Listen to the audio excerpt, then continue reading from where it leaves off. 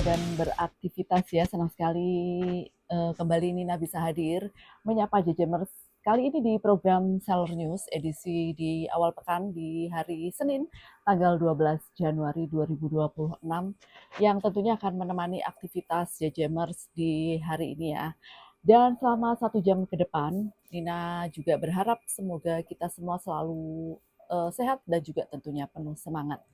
Dan JJMers, pernahkah JJMers ini bertanya nih tentang sejarah ya, yang tentunya begitu penting untuk dipelajari, dan sejarah bukan sekedar cerita masa lalu ataupun catatan tahun dan juga peristiwa, namun lebih dari itu setiap peristiwa sejarah tersimpan kisah perjuangan, keberanian, kegigihan dan juga pembelajaran yang tentunya dapat kita jadikan pedoman. Dan di Seller News kali ini kita akan mengulas lebih jauh mengapa kita harus paham dan juga tentunya belajar sejarah ya, karena sangat penting sebagai bekal pembelajaran bagi generasi sekarang dan juga untuk generasi ke depan. Dan harapannya kita juga tidak hanya mengenal kisahnya, tetapi juga mampu untuk mengambil nilai-nilai berharga yang relevan untuk kehidupan kita. Seperti sebuah slogan, no history, no future. Dan pagi ini Nina sudah bersama dengan narasumber Letu Laut KH Arman Sobari Dharma Wijaya Eshum MSI yang sehari-hari berdinas di Dinas Sejarah Angkatan Laut. Karena memang tema kita di pagi hari ini ya, JJMers membahas mengenai ekspedisi maritim Dinas Sejarah TNI Angkatan Laut. Dan sebelum kita ke pertanyaan-pertanyaan seperti biasanya, kita akan menyapa terlebih dahulu. Selamat pagi Letan Arman. Selamat pagi, Minjin. Ya, terima kasih sebelumnya ya sudah hadir di studio radio JJM di tengah kesibukan yang pastinya sedang mempersiapkan juga ya Let ya untuk Hari Dharma Samudra mungkin Siap, 15 betul. Januari ya. Siap. Ya, dan sebelum kita lanjut ke pertanyaan seperti biasa nih narasumber untuk memperkenalkan diri terlebih dahulu. Silahkan Letan Arman. Siap, selamat pagi. Izin memperkenalkan diri, kami Letu Laut Khusus Arman Sobari Dharma Wijaya, Sarjana Humaniora, Magister Sains. Kami berdinas di Dinas Sejarah TNI Angkatan Laut. Kebetulan kami berada di Subdis Penulisan dan Produksi. Mungkin seperti itu. Ya. Siap. Ya, dan gimana nih Let? Apa langsung ke pertanyaan? Atau apa yang ada yang mau diperkenalkan lagi? Siap. Kalau yang diperkenalkan mungkin itu, Jen. Ya. Apa namanya? Di Dinas Sejarah TNI Angkatan Laut. Jadi Dinas Sejarah TNI Angkatan Laut itu kami tuh di sana ada beberapa subdis, mungkin ada subdis riset, kemudian ada subdis penulisan dan produksi, kemudian subdis museum dan monumen, dan subdis dokumen dan arsip, seperti itu, Mjen. Kebetulan kami di subdis riset, subdis penulisan dan produksi. Tapi Dinas Sejarah itu ini, Mjen. Kita itu berusaha untuk menyajikan data-data yang kredibel,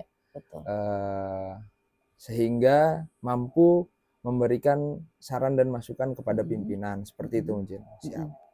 Ya, dan langsung saja kita ke pertanyaan-pertanyaan ya, Let ya. Siap. Yang pertama nih, Let, kenapa perlu diadakan ekspedisi sejarah maritim? Siap, Jen. Jadi untuk ekspedisi sejarah maritim sendiri itu, Jen, itu sebenarnya adalah sebuah program kerja dari Dinas Sejarah TNI Angkatan Laut, Jen. Yang mana di dalamnya itu adalah kita melakukan riset, pengumpulan data, untuk menyajikan data-data yang kredibel kepada pimpinan, Jen.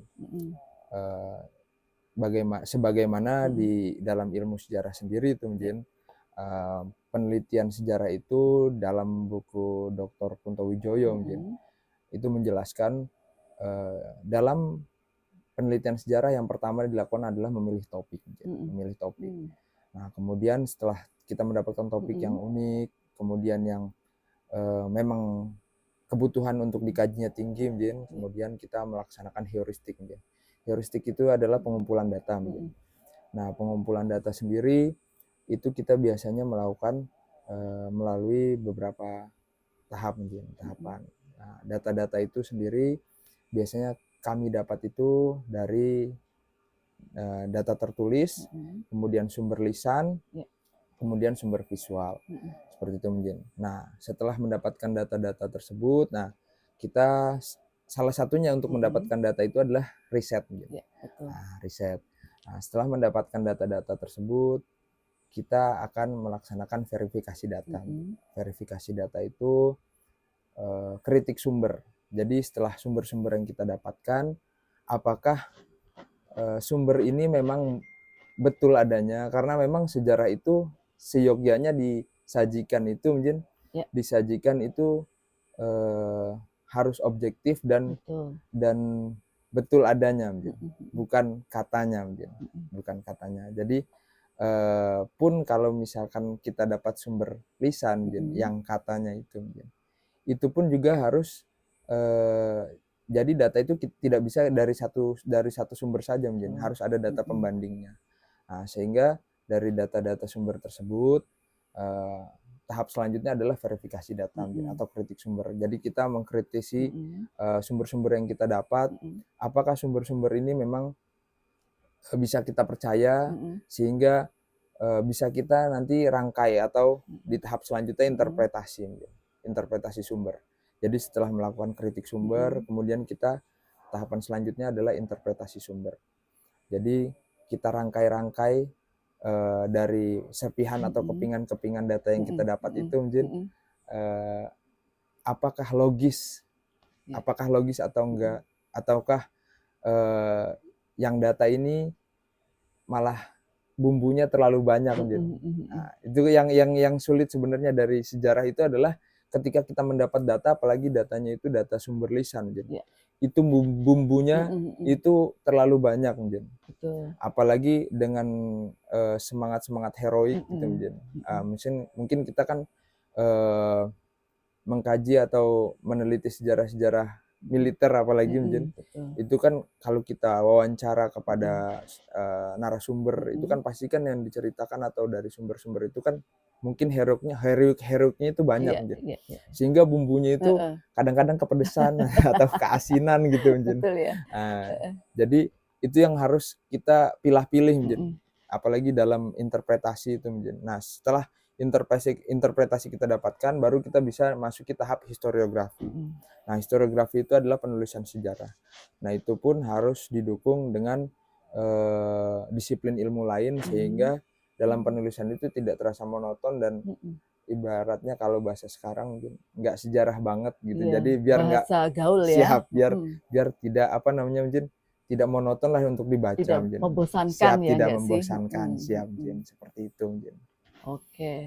Iya, dan tentunya juga narasumber juga harus yang benar-benar ini ya, siap, betul mungkin. Karena untuk sumber itu sendiri mungkin itu ada namanya sumber sejaman dan sumber tidak sejaman mungkin.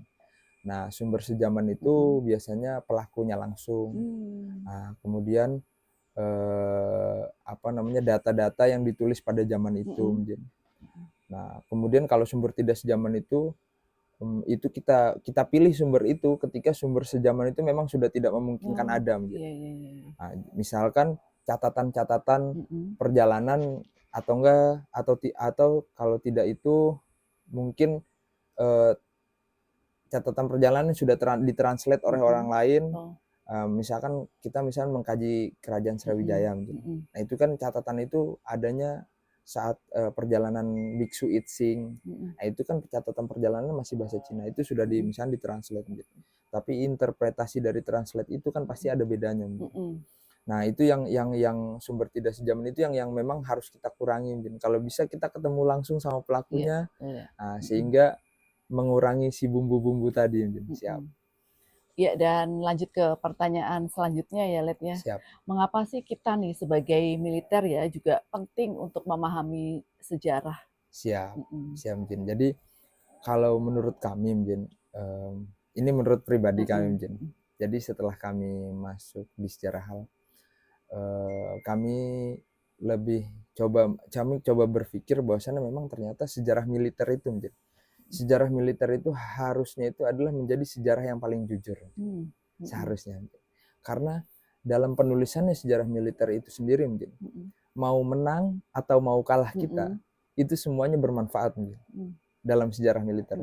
Jadi kalaupun kita menang, berarti kita harus mencatatkan sejujur mungkin bahwasannya peran kita di situ. Oh, kita heroiknya kita tonjolkan, kemudian strategi-strateginya itu harus kita pahami sehingga bisa kita kaji dan membuat itu kan dengan era yang berubah-ubah saat ini, mungkin misalkan yang tadinya dulu perang konvensional, sekarang sudah tidak konvensional. Nah, sehingga kita bisa mengkaji itu. Pun kalau kita kalah, mungkin itu bisa menjadi sebuah pelajaran untuk kita, mungkin. Seharusnya memang menurut kami kenapa kita penting mempelajari sejarah, apalagi sejarah militer, mungkin karena sejarah militer itu mungkin menurut kami salah satu sejarah yang paling jujur seharusnya, mungkin. Karena mau menang mau kalah itu bisa kita terima, mungkin. Siap. Oke.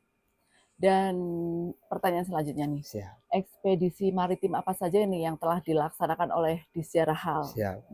Siap, mungkin. Jadi ekspedisi sejarah maritim ini sebetulnya itu adalah program dari Dinas Sejarah TNI Angkatan Laut, mungkin. Itu dibalutnya sebenarnya itu adalah sebuah riset, atau pendalaman sebuah sejarah, mungkin.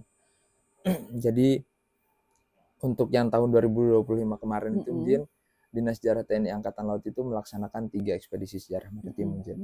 Yang pertama itu adalah di Aceh, Sumatera Utara, dan Aceh, Serangjaya, mungkin. Tepatnya kalau di Sumatera Utara itu di Serangjaya, mungkin. Kemudian di Balikpapan, di perairan Balikpapan, kemudian di Kalimantan Barat, mungkin. Kalau untuk di Aceh dan Serangjaya sendiri itu kita menelusuri atau melakukan penelitian terkait MBAL yang waktu itu pernah di sana, mungkin markas besar TNI Angkatan Laut. Siap. Kemudian untuk yang di perairan Balikpapan itu kita melakukan penelitian terkait adanya kemungkinan posisi tenggelamnya RI Hang Tuah, mungkin. Oh, di siap itu di yang perairan pelabuhan Balikpapan. situ, Balikpapan Siap, situ. di perairan Balikpapan. Untuk dalam penelitiannya kan kita mendapat info bahwasannya RI Hang Tuah itu tenggelam akibat diserang oleh AUREF, mungkin. Angkatan Udara Revolusioner waktu itu, Permesta, mungkin. Siap, waktu itu Permesta. Kemudian yang ketiga, kebetulan kami sendiri timnya, mungkin kami dipimpin oleh ketua timnya waktu itu Kolonel Laut Khusus IGD Sorsana, mungkin. Kemudian timnya kami dan Letnan Agung. Waktu itu di sana kami melakukan penelitian terkait peran KKO ALRI, mungkin, dalam pemberantasan PGRS Paraku, yang mana kami mendapatkan informasi bahwasannya di sana ada rumah yang memang masih diukir pakai tangan waktu itu oleh salah satu prajurit kita, mungkin, prajurit KKO. Di sana terukir logo Yon 5 Parachute waktu itu, mungkin. Jadi infonya bahwasannya tepatnya itu di Desa Aruk, mungkin. Di Desa Aruk itu betul-betul perbatasan di PLBN, Pos Lintas Batas Negara Aruk itu, mungkin waktu itu. Memang di Desa Aruk itu ada rumah dan ada banyak bangunan seperti kayak gereja itu yang benar-benar dibuat oleh KKO, mungkin. Jadi ada salah satu Satgas Hiu itu yang diutus untuk sana untuk menggalang, melakukan kondisivitas di wilayah Aruk sana, karena memang waktu itu pertama ada konfrontasi dengan Malaysia, yang kedua juga adanya PGRS Paraku itu. Siap. Ya, dan selanjutnya ya, Let, ya. Siap. Mungkin JJMers juga ingin tahu nih tahapan apa saja yang dilakukan untuk riset sejarah. Siap. Gitu. Siap. Jadi kalau tahapan riset mungkin tadi udah dibongkar sedikit, jadi kalau tahapan penelitian sejarah itu, mungkin ini menurut Dr. Kunto Wijoyo dalam bukunya Pengertian Ilmu Sejarah, itu yang pertama adalah penentuan topik. Jadi penting sekali, mungkin, dari semua tahapan ini, mungkin. Paling penting itu adalah penentuan topik. Karena apabila kita menentukan topik yang tidak ada sumbernya, mungkin, kemungkinan penelitian itu akan buntu mungkin. Oh iya betul. Siap. Karena misalkan kita ingin melakukan penelitian kerajaan Sriwijaya. Nah, itu tidak bisa kalau penelitian sejarah itu harus ada tahunnya mungkin. Dari tahun sekian sampai tahun sekian. Karena tipenya itu sejarah itu adalah periodik. Kita membahas periodisasi. Karena apabila periodisasi itu tidak ada, itu kemungkinan besarnya sangat kecil untuk bisa menuliskan full tentang kerajaan Sriwijaya. Karena data dan sumbernya itu kemungkinan kita bisa tersendat karena data-data yang kita pilih itu nggak ada, mungkin data-data yang kita cari itu nggak ada. Siap. Kemudian setelah kita menentukan topik, misalkan kita menentukan topik yang unik, menarik, tapi tidak menyusahkan kita dalam melakukan pencarian data. Siap, pencarian data. Setelah topik kita temukan, atau misalkan kalau di Dinas Sejarah TNI Angkatan Laut sendiri, mungkin kita kadang-kadang mencari topik itu kita dari cerita, di sini ada pendaratan gini-gini. Jadi kita tapi tidak langsung kita lakukan penelitian, dari cerita itu kita dalami dulu, sesuai nggak ya dengan sejarahnya TNI Angkatan Laut ini, ada nggak sih gitu. Kalau misalkan memang ada, coba kita telusuri dulu mungkin. Nah, kita masuk tahap heuristik mungkin. Tahap heuristik itu adalah pencarian data. Dari cerita-cerita itu udah kita tentukan topiknya, kemudian kita pencarian data. Kita lihat-lihat, kita lihat dari misalkan catatan-catatan perjalanan, atau misalkan penelitian ini mungkin penelitian apa mungkin, misalkan dari sprint itu bisa jadi data sejarah mungkin. Oh iya? Surat perintah. Terus kemudian kalau misalkan kita mau mencari sejarah Lanal mungkin. Itu kan pasti ada surat dari Telegram Kasal untuk menyatakan bahwasannya daerah tersebut di sana ada pembangunan nasional.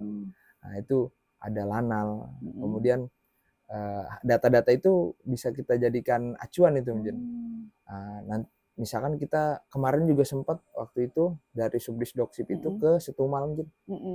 Setumal untuk mencari data-data. Misalkan kayak kita pernah melaksanakan Satgas X mungkin. Kita mengirimkan kapal selam ke sana untuk membantu Pakistan. Nah, itu kalau menurut misalkan kita dapat ceritanya aja dari awak, misalkan awak kapal selam yang dikirimkan ke sana. Nah, itu kan tidak kredibel mungkin. Kalau hanya jadi kalau biasanya mungkin data tertulis itu akan mematahkan data lisan, atau enggak menambah data lisan, mengakuratkan data lisan, biasanya gitu. Jadi biasanya kita dapat data lisan dulu, kemudian kita akuratkan dengan data tertulis. Yang seperti itu. Kemudian setelah heuristik kita dapatkan data-data tersebut, kemudian dari misalkan kita dapat data tertulis, dapat data wawancara, pun wawancara kita nggak bisa dari satu orang aja, karena semuanya itu harus diverifikasi atau dikritik sumber-sumber tersebut. Setelah kita kritik, maka kita akan tahu poin-poinnya. Nah, poin-poin dari penelitian sejarah kita itu mungkin kita akan mulai memahami poin-poinnya. Nah, setelah melakukan verifikasi, setelah mendapatkan poin-poin, kemudian kita akan melakukan interpretasi. Jadi dari poin-poin tersebut kita rangkai. Dulu kapal selam ini dikirim ke Pakistan karena ini. Karena ada ini, karena ada ini. Nah, sehingga setelah kita kaitkan secara logis, nah baru kita masuk tahapan penulisan sejarah seperti itu mungkin. Jadi penulisan sejarah itu pun bisa kita harus didukung dengan disiplin ilmu lain sehingga. Nah, ini lanjutannya nih, Let nih. Apakah ya setelah tadi riset segala macam itu ya, Let ya. Nah, pertanyaan selanjutnya nih, apakah sebuah sejarah ini bisa langsung ditulis apabila memang sudah mendapatkan sebuah data? Gimana? Jadi sejarah itu mungkin itu tidak bisa langsung ditulis mungkin. Ini contohnya saat kami kemarin riset ke Balikpapan, ke Kalimantan Barat mungkin. Ke Kalimantan Barat itu kami melaksanakan riset tentang KKO. Waktu itu pemberantasan PGRS Paraku. Nah ini contohnya Mjen, kami sudah dapat data Mjen. Mm-mm. Tapi waktu itu datanya memang kami dapat wawancara dari salah satu pelaku sejarah Mm-mm. Mjen. Nah, kita bisa sebutkan bahwasannya dia pelaku sejarah lah Yeah. Mjen. Karena dia memegang surat dari surat sertifikat seperti sertifikat gitu Mjen, dari KKO Alri Mjen waktu itu. Yang tertanda tangan di bawahnya adalah Mayor KKO Sarpa yaitu dan Satgas Hiu Mjen. Nah, yang memegang surat sertifikat itu adalah Bapak Rovingus Dinggah, yang mana waktu itu adalah sebuah lurah, kepala desa, kepala desa di Aruk, Jadi di sana dituliskan terima kasih atas dedikasi dalam membantu penumpasan PGRS Paraku kepada Rovingus Dinggah selaku kepala desa, seperti itu mungkin. Nah, itu dari data itu dan kita wawancara itu belum bisa sepenuhnya kita pahami atau kita interpretasi, karena sumber itu apabila datangnya satu, itu pasti ada sumber lain yang mana bisa jadi pembanding sumber-sumber tersebut, karena ada beberapa hal yang di sana kontradiktif. Jadi misalkan Bapak Rovingus Dinggah, ini bilang dia diajarkan oleh, sebelum KKO masuk dia diajarkan oleh Kujang, prajurit Kujang. Dia bilang prajurit Kujang ini mengajarkan dia yel-yel sukarelawan. Nah, sedangkan saat itu juga kami membaca dari buku lain, ada beberapa sukarelawan yang memang tidak pro republik. Nah, dia berafiliasi dengan PGRS Paraku itu sendiri, ada dia berafiliasi. Jadi dia menyanyikan yel-yel itu yang kami dengar, oh ini yel sukarelawan, betul. Berarti dia orang ini sukarelawan. Cuma yang dia ceritakan itu kita harus tahu juga, jadi dia dari sisi sukarelawan, kita harus cari juga dari sisi prajuritnya gitu, prajurit yang ke sana. Sehingga kemarin kami sampaikan setelah melakukan ekspedisi sejarah maritim ke sana, kami sampaikan dalam laporan kami, sehingga perlunya ada penelitian lanjutan untuk mencari data pembanding ini. Jadi kami mungkin harus mencari sprintnya dulu, mencari sprint siapa sih yang berangkat ke Aruk waktu itu dari Satgas Hiu ini, karena Satgas kita sudah pegang, tahu namanya. Oh ini Satgas Hiu, seharusnya kan ada sprintnya, siapa saja di dalamnya. Nah kita bisa cari tahu nanti apakah masih ada yang hidup. Mungkin bisa kita wawancara bagaimana kondisinya Bapak di sana, apakah benar-benar bertempur, apakah hanya menggalang masyarakat sana untuk kondisif saja agar tidak ini, karena cerita itu kadang-kadang dilebih-lebihkan. Ceritanya dari para Rovingus Dinggah, dia menggotong mortir dari bawah sampai atas membantu prajurit KKO. Nah hal-hal ini yang harus dibandingkan, disandingkan, sehingga kita bisa mendapatkan sejarah yang utuh dan sumbernya kredibel, seperti itu. Betul banget. Dan lanjut ya, Let ya. Seberapa penting nih kredibilitas dari sebuah sumber sejarah sendiri? Penting banget mungkin. Penting, ya? Karena apabila sumber sejarah itu tidak kredibel, maka sejarah yang keluar itu, sejarah yang dituliskan itu sama saja menyesatkan, menyesatkan, karena kredibilitas itu, karena sejarah itu dianggapkan sebuah tulisan yang objektif. Kalau kami sendiri berpikiran sejarah itu adalah ilmu yang data yang subjektif tapi kita hadirkan dengan objektif. Nah, karena memang kita data-datanya dapatnya kan secara subjektif, apa yang kami rasakan saat itu dalam peperangan, apa yang kami baca, segala macam itu kan subjektif. Cuma bagaimana kita menyajikan itu sebagai hal yang objektif. Jadi kita tekan subjektivitas itu sehingga kita mendapatkan data-data yang benar-benar objektif. Jadi apabila kita tidak mendapatkan data yang kredibel, mungkin data itu harus kita cut, kita cari data yang lain, seperti itu. Ya, baik, Let. Seru banget ya, dan namun sebelumnya kita harus break sejenak. Siap. Ya. Dan bagi JJMers yang mungkin tidak bisa mendengarkan siaran langsung kita di radio ya 107,7 FM, bisa juga melihatnya di kanal YouTube kita di Radio JJM tentunya. Dan jangan lupa untuk like, subscribe, dan juga tekan loncengnya agar terus tidak ketinggalan dalam menyaksikan video-video terbaru dari kita.